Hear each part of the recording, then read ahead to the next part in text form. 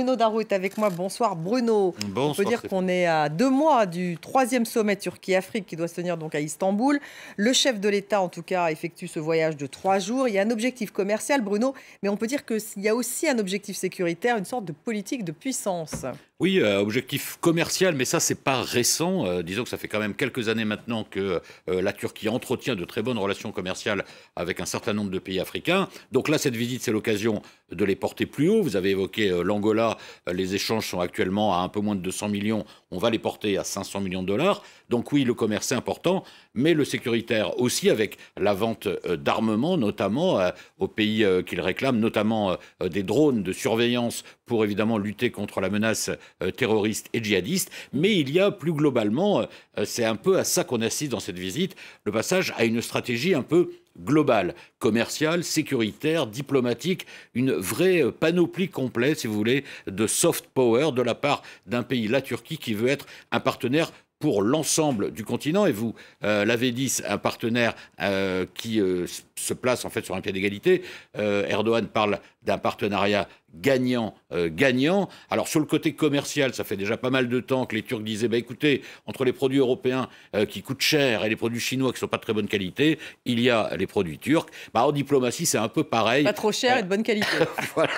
Alors, il dit pas trop cher. Enfin, il dit, voilà, il y a une forme de troisième voie. Vous n'êtes pas obligé d'être condamné à choisir en permanence entre les vieilles puissances de 1945, en gros, et l'Empire chinois. Nous sommes là, nous voulons exister. Donc ce message, il l'a déjà porté en Angola. Il va certainement le porter au Togo, où il vient d'arriver. Et puis, il ira aussi au Nigeria, qui est le géant économique d'Afrique de l'Ouest. Donc là aussi, on parlera business, on parlera de lutte antiterroriste. Il y a un autre sujet un peu plus compliqué dont Erdogan veut parler avec le président du Nigeria, M.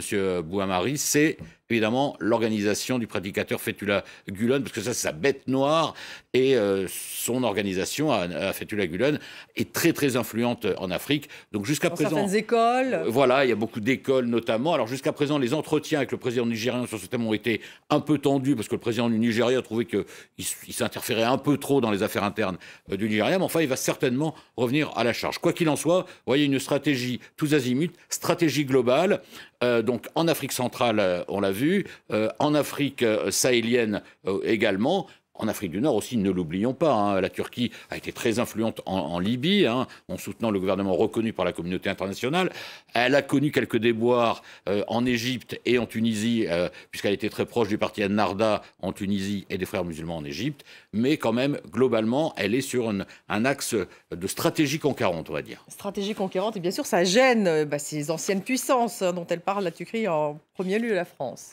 Oui, alors l'activisme de la Turquie, notamment au Sahel, au Togo, où M. Erdogan se trouve ce soir, évidemment, ça irrite notamment la France. Et d'ailleurs, Erdogan, lui, ne manque pas une occasion d'égratigner Paris pour son passé africain. Il promet qu'avec les Turcs, je cite, on n'adoptera plus jamais les anciennes politiques coloniales avec des moyens modernes. Et évidemment, pour Paris, la Turquie veut s'imposer, veut discréditer le rôle de la France au Sahel. Donc ça n'arrange pas la relation bilatérale entre Paris et Ankara. Et en Angola, donc hier, M. Erdogan a été très clair. Alors je le cite aussi, hein, le sort de l'humanité ne peut pas être laissé à la merci d'une poignée de pays qui sont les vainqueurs de la Seconde Guerre mondiale. Il ne faut pas ignorer les appels au changement en Afrique et, dit-il, la Turquie ne porte aucune tâche d'impérialisme ou de colonialisme. On a envie de dire fermer le banc, aucune charge bien réelle contre la France, aussi contre la Grande-Bretagne et les États-Unis. Et puis donc avec ce message très clair, avec nous, avec les Turcs, ce sera différent, ce sera sur un pied d'égalité dans un respect mutuel. Merci beaucoup Bruno.